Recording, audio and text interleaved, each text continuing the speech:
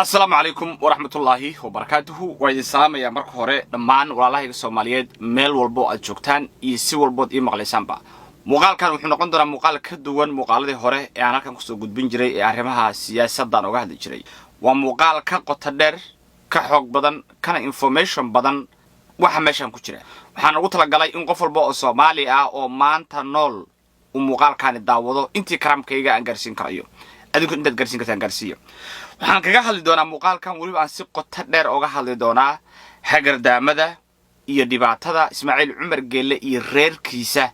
ay ku hayaan ummadda Soomaaliyeed waxaan dhowr maalmood ka hor idin sheegay inaan helay dukumeenti aad u ballaaran oo runtii ay ku jiraan xogo maskaxdiina aysan qaadi karinin oo ay shaaca ka qaaday African Intelligence oo runtii aad musiibo ah waxaan doonayaa marka baldaan arrimahaasi aan dul istaago waxyaabo badan aan idin sheego muuqaalka waxaan ku bilaabi doonaa inaan marka hore idin baro madaxweyne ku-xigeenka dalka Djibouti ee saameynta weyn leh qofaysan ummaddu ku bararugsanayn balse ah shakhsiga ugu daran ee dawladnimada iyo ummadda Soomaaliyeed dhibaatay hatta Ismaaciil ka dhibaato badan waa qofkaasi xaaska madaxweynaha Qatro Maxamuud Xayd waxay ka mid ahayd markeedii hore gabdhihii dhalinyarada ahaa oo intii aysan Djibouti qaadanin xurriyada markaasi wax barashada helay waxay ahayd macallin dugsi hoose iyo dugsi dhexe waxa lagu tirin jiray inay ka mid ahayd gabdhaha reer Djibouti ee wax bartay waana sababta keentay inuu markii dambe guursado ra'iisul wasaarihii hore ee dalkaasi Djibouti Abdullahi Maxamed Kamil waxay ninka u dhashay wiil iyo gabar Qatro Xayd ka bacdina way kala tageen Qatro ayadoo wali uu qabo ra'iisul wasaarihii hore Djibouti Abdullahi Maxamed Kamil ayay jeclaatay Ismaaciil Cumar Geelle oo markaasi ka shaqeynayay xafiiska madaxweynihii hore ee Djibouti ee waqtigaasi Xasan Guuleed Abtidoon asagoo xafiiskiisa ka shaqeynaya oo wali aan la furinin ayay ninkaasi jeclaatay markaysa ka bacdina ninkaasay u guurtay ninkaasay guursata ninkii horena laba canug bay u dhashay halkaasay kala tageen waxay xogta muujinaysaa marka in Ismaaciil xilligii uu ka shaqeynayay سياد باشان كاركيسا أمبا حلقو إسماعيل عمر قل لك الشقينيي أو هاد وكاها حفيزكي حسن قولد أبتدون إني مركا أي آد سكو أرك الشيرين أيضا إيو إسماعيل عمر قل لك كبعد هكا وشعايل كودو كبل لوضي حلي لقابو أيو شعايل كودو بالوضي سيدي حكت الشيقيش وارين لا ياب لهوي قطرة دادكو حيو قبان إني تهي حاسكا مدحوينها أو كليا مروان مدحوينة الصوماليات أو مركا شعل مامولكا نين كذا يدقاله هذا أردت الصوماليو أي كهيستان وامدا لكن سيدا معها قطرة والسياسيات إسماعيل مركي يؤمن يصير ambition سياسي بيقول تبعدي وحد كله شوكتنا وambition سياسي وي نيكي هور وحي يقولستي أرمى سياسي بأهاين نيك هذا وحي يقولستنا أرمى سياسي بأهاين وحي تهاي qof si adag ugu dhaxmilan arrimaha siyaasadda isla markaasna fulisa qorshooyin siyaasadeed oo waaweyn oo aan qayb ka mid idin sheegi doono waxay kala shaqeysay Qatro sidii uu Ismaaciil Cumar Geelle xilka uu ku fuuli lahaa waxa la oran karayaa ayada qaybta ugu weyn ka shaqeysay oo xilkaas saartay ayaa la oran karaa waxa sidoo kale awood weyn ku dhaxlay reerkaasi waa gabadha ugu yar carruurta Ismaaciil Cumar Geelle uu dhalay ee haybada la yiraahdo oo dhawaan uu Saadaq Joon guursaday gabadhaasi waxay ka soo laabatay dalka Mareykanka oo waxbarasho u joogtay waxay dhigan jirtay jaamacad la yiraahdo Columbia University jaamacad la yiraahdo oo ku taala magaalada New York oo jaamacad Brefada ayay dhigan jirtay gabadhaasi ka bacdi markay soo laabatay dalka ku soo laabatay 2010kiina Ismaaciil Cumar Geelle wuxuu ka dhigay la taliyaha qaaska ah ee arrimaha dhaqaalaha ee xafiiskiisa ayuu ka dhigay xilkaas soo noqday runtii xil aad u weyn markii loo fiiriyo qof cusub oo dhalinyaro ah xilliga joogay gabadhan iyo hooyadeed dhaqaalaha ugu weyn ee dalka Djibouti ay leeyihiin laba gabadha iyo hooyada oo Qatro ah ayaa gacanta ku haya Qatro waxay isticmaashaa dad aad u fara badan oo ay qaraabo yihiin walaalaheedu dhalay gabdho walaalaheeda ay qaar ka degan carruur ay dhaleen dad ay niman ay qabaan dad caailadeeda oo qaraabadeeda ah ayay si ba'an u isticmaashaa oo marka ay ku qorataa shirkadaha iyo dhaqaalaha ugu weyn oo dalka Djibouti marka ay maamulaan laakiin waxay si toos ah Qatro ay hadda u maamushaa inta dambe ay u maamuleysay waa bangiga dhexe ee dalka Djibouti cid gacanta ku haysa waa Qatro dhaqaalaha kale oo xafiiska madaxweynaha iyo dhinaca kala soo marna cid gacanta ku haysa waa haybado labadaas gabdhood oo dhalay ayaa dhaqaalaha ugu weyn ee dalka Djibouti marka gacanta ku haya waxa la oran karayaa hadii ay Qatro iyo gabadheedu caawa ay go'aansadaan in Ismaaciil Cumar Geelle xilka ay ka tuuraan hatta 5 daqiiqo kuma qaadanaysa ayaa la oran karayaa xogtan u sheegaysaa in 2015 wixii ka dambeeyay ay si toos ah qatro ula wareegtay awoodda iyo gacan ku haynta siyaasadeed ee Djibouti kadib markii ay arkeen Ismaaciil Cumar Geelle judgmentigiisa uu qaldan yahay ay si caadi ula wareegeen wixii inta ka dambeeyay gabadha iyo hooyadeed ayaa dalkan maamula guurka gabadhan haybado oo uu horay u guursaday jaamac cilmi oo markaasi Djibouti looga dhax yaqaano jaamac speed ayaa yimaaday kadib qamar ay qatra tuurtay ayuu ku yimaadaa qorshuuna wuxuu ahaa in marka la soo gacan geliyo nin mucaarad ahaa oo adeer u ahaa ninka jaamac speed leeyahay gabadhan guursaday adeer u ahaa oo markaasi ahaa madaxa mucaaradka xisbiga loo yaqaano USN ayuu madax ka ahaa asaguna magaciisa waxa la yiraahdaa Ismaaciil Xareed in ninkaas la soo gacan geliyo darteed ayaa haybado loogu daray jaamac speed iyo ninka mucaaradkaana waa wili adeerki saasa loo sameeyay waa qamar siyaasi ah oo ay maamadu ciyaartay weeye Ismaaciilna shaqo kuma laha saamaynta ay marka maamadu reer ku dhaxleedahay waxaad ka arkaysaan dhanka guurka iyo arrimahaasi aabaheedo jooga ayaa maxaa leedahay Muuse bixi uu yiri gabadha ana bixinaya oo waxaan dhaqanka iyo diinta iyo meel ka soo gashay aan la arag waa tusaale yar oo muujinaya saamaynta ay maamada ku dhaxleedahay reer Ismaaciil Cumar Geelle iyo Djibouti ay ku dhaxleedahay inta soo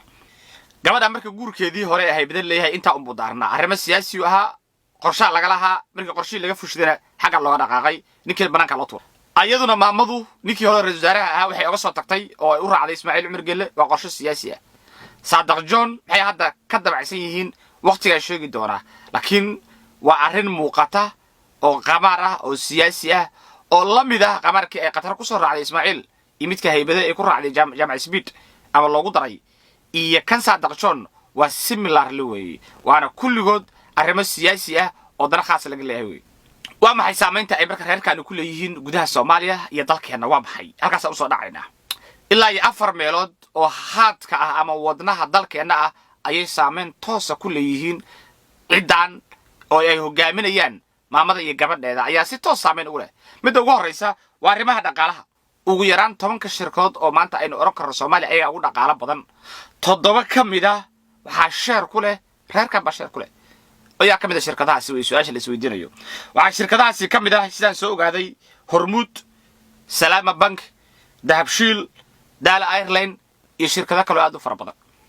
dhamaantood waxaan soo xaqiijiyay inay ku leeyihiin share xogtaana qayb badan kamid ah oo sheegaysa meelaha ay sida weyn ciidaani dalka iyo dadka Soomaaliyeed ay uga curyaamiyeen oo ay ku dhaxmilmeen waxa kamid ah shirkadaha alaabaha kala soo daga dekadaha dalka waxa jira shirkado aad u fara badan oo dadku aysan aqoonin laakiin kaliya shaqada ay qabtaan waxay tahay inay wax soo dajiyaan ka bacdina alaabta ay qaybiyaan kuwaasoo Berbera iyo Boosaaso iyo Muqdisho iyo Kismaayo ilaa Djibouti isku xiran markaysan shirkadaha ugu waaweyn ee dekadaha wax kala soo daga kuwooda ugu badan waxa iska reerka baskale shirkadiyo weyn ayaga iskale kuwa alaabta la soo dagay ayaga iskale hatta kuwa korontada qayb badan oo kamid ayaga iskale shirkada ugu weyn ee korontadaasi Hargeysa iyo Somaliland ayaga iskale waxa ay leeyihiin hadii caawa business furato cid ugu horeyso share kula galaysa waa Ra'iisul Ismaaciil Cumar Geelle Axmed Madoobe hatta share bay kula jiraan arrimaha dhuxusha arrimaha dekada meel walba share bay kula jiraan Shariif Xasan ninkii la oran jiray ee haysan jiray Koonfur Galbeed share bay kula jiraan oo maxay kula jireen diyaaradaha share bay kula jireen oo shirkad diyaarad bay lahaayeen sidoo kale to Salama Bank asagoo share buu ku leeyahay ayaguna share bay ku leeyihiin nin walba oo hogaamiya hadda meesha loo yaqaano Somali State meesha la yiraahdo si toos ah umma ninka cagshar la yiraahdo ayaga gacanta ku haya dhaqaalaha meesha soo galo oo dhan waxay ku leeyihiin share bay ku leeyihiin go'aankii maalowda Mustafa cagshar u qaatay oo ahayd in odayaasha u baahantay hadalkoodii la beeniyo lagana saaro meesha cid ka shaqeysa Qatar Xayd way Qatar Xayd marka ay runtii tahay qof si toos ah u maamula meesha loo yaqaano Djibouti iyo Somaliland ajandaha ay leedahay qodobada baan ku sheegi doonaa ka marka mid koobaad waa dhaqaalaha mid labaad waa al-shabaab saamayn toos ay Djibouti ku dhaxleedahay al-shabaab waxaan la oran karayaa ayaga maalgeliye al-shabaab ma waxadala wax eedeena evidence baan idin sheegay idin hayaan documentiga 7 kamid ah saraakiil ay dawladda hore Soomaaliya oo madaxweyne Maxamed Cabdullaahi Farmaajo madaxweynaha uu ka ahaa oo dabagal lagu hayay oo 2 kamid aan idin sheegi doono kiiskooda u socday Djibouti ku dhamaada dad badan oo wanteed ah oo al-shabaab ah ayaa la sheegay inay Djibouti degan yihiin oo ay amni ku haystaan oo cid ka warqabta aysan jirin oo guri yar oo loo kala degan dawladdu ku ogtahay cid u teegarta aysan jirin dadka ku dhamaaday Djibouti inta la daba galay laba nin baa ka mid ah midka ugu horeeya waa nin la yiraahdo Cabdikariim Xasan Iidow halkaan soo rugsadeen ka tusaya ninkaasi wuxuu ka tirsan yahay Salaamo Group wuxuu kaloo ka tirsan yahay Hormuud Soomaaliya dadka hogaamiye shirkadaas ayuu ninka ka mid yahay investigation buu ku sameeyay taliyada hore ee nabad sugidda Fahad Yaasiin qoraalka halkaan ka muuqda waxaad ka arkaysaan wuxuu ku eedeeyay Fahad Yaasiin ama uu helay cadaymo ah in ninkaasi uu alaabta ama logisticska uu u keeno al-shabaab isla markaasna uu yahay nin madax ka ah Hormuud iyo shirkadaas waaweyn ninkaasi loo daba taagnaa markii dambe fiiladiisii waxaa la xaqiijiyay in Djibouti gashay waxa kale oo asaguna sidoo kaleeto ay Djibouti fiiladiisu gashaa al-shabaabna xirto sare ninka Cali Jimcaale la yiraahdo oo Hormuud iska leh odayga ah ninkaasi 2012 ayaa laga qaaday cunaqabateyn caalami ah saaraa jirtay oo wuxuu ka mid ahaa dadka liiska argagixisada ku jira ayuu ahaa dhanka qaramada midoobay halkaan ka arkaysaan magaciisa ninkaasi cidii ka shaqaysay in liiska laga saaro dhaqaale badan ku bixisay cid liiska ka saartay oo dhaqaalaha badan ku bixisay Ra'iis Ismaaciil Cumar Geelle ayaa ahaayeen haddana wuxuu haystaa baasaboor maxaliyada Djiboutiana wuxuuna xaruntiisa ugu weyn u degan yahay ay tahay Djibouti markaysaan inta kale marka ma dooni hadda idin sheegay laakiin 7 qof oo aan hayo ayay labada nin ka mid yihiin oo fiiladooda inta la raacay Djibouti ku dhamatay marka si toos ay Djibouti calaaqad ula leeyihiin al-shabaab ayagaana siiya logisticska waxa kale oo jirta xog muddo yar ka hor ayadana aan helnay dad aniga aan ka mid ahay isla markaasna xaqiijinaysan ciidamada Djibouti ee jooga Soomaaliya ay si toos ah alaabta u siiyaan iyo hubka nimanka loo yaqaan al-shabaab xiriirna ay la leeyihiin qofkooda xanuunsan xataa halka lagu soo daweeyay ay Djibouti tahay oo si toos ah dawladda Djibouti xiriir u leeyihiin waa qodobka labaad xiriirka al-shabaab ee saameynta ku leh dalkan iyo amnigeena qaybta ugu weyn cidda ku leh waa Djibouti weey mid saddexaad waa arrimaha siyaasadda saameyn weyn bay Qatar iyo ninkeeda iyo gabadheedu ku leeyihiin muddooyinka hadda ugu dambeeyay si weyn ayay u foojignaayeen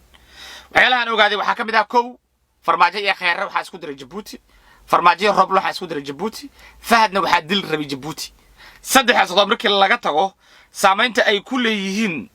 waa mid aan runtii aan la soo koobi karin weey qorshaha ay ka leeyihiin marka Soomaaliya waxa weeye inaan la helinin Soomaaliya awood leh oo ay gacmaha kula jiraan xaq siyaasadeed xaq dhaqaale iyo xaq argagixisada sababtiisa u doonin marka maxay tahay waa dhowr qodob kow dhaqaalaha Soomaaliya laga helo lama doonayo inuu meesha ka baxo maadaama ay dekadaha iyo shirkadaha Soomaaliya oo dhan ba ay leeyihiin dhaqaalahaasi dawlad xoog la timaado waxay ka baqayaan in meesha ay ka baxdo waa midda koowaad midda labaad islaantan Qatar la leeyahay waxay aaminsan tahay oo ay u ololeysaa oo ay ka shaqaysaa oo ayada iyo dad ku xeeran oo ku reer ay ka shaqeeyaan oo ay aaminsan yihiin in Soomaaliya nabada ay Soomaaliland marnaba xirrid aysan noqonin sida daraadid in Soomaaliya dhibaatada lagu hayo ayay waxay u aragtaa inay tahay wadada kaliya oo Soomaaliland ay ictiraaf weli karto sida daraadid ba dhaqaale ahaan iyo amni ahaan iyo dhan walba iyo siyaasad ahaan ay qayb oga tahay raalina ay oga tahay in markaas la burburiyo reerka waxay ka mid yihiin dadka kiciya mar walbaba qabyaalada daarood iyo hawiyaha la yiraahdo mar alla markay degto umadu ay garaadsidaanba cidda kicisa oo walaaqada arintaasi hawiye iyo daarood oo waxa wax ka shaqeeya iyo irri waxa ka shaqeeya waa reerkan dhaqaalaha ugu badan ayaga ku baxa ayaga bixi saddexdaas qaab ayay reerkan u saameyn ugu leeyihiin Soomaaliya waa dhanka amniga iyo dhanka dhaqaalaha iyo dhanka siyaasadda nin walba oo iimaanaya dalkan oo xil ah ama madaxweyne ah wuxuu Ismaaciil Cumar Geelle doonaya asaga wax laga weydiiyo wuxuu marar badan sameeyay arrimo siyaasi ah oo waaweyn oo aan hadda muuqaalka ku soo gudbin karin ugu dambayn safarka Ismaaciil Cumar Geelle oo Muqdisho maanta ku yimaadeen muxuu daaran yahay Ismaaciil safarkiisa laba qodob buu daaran yahay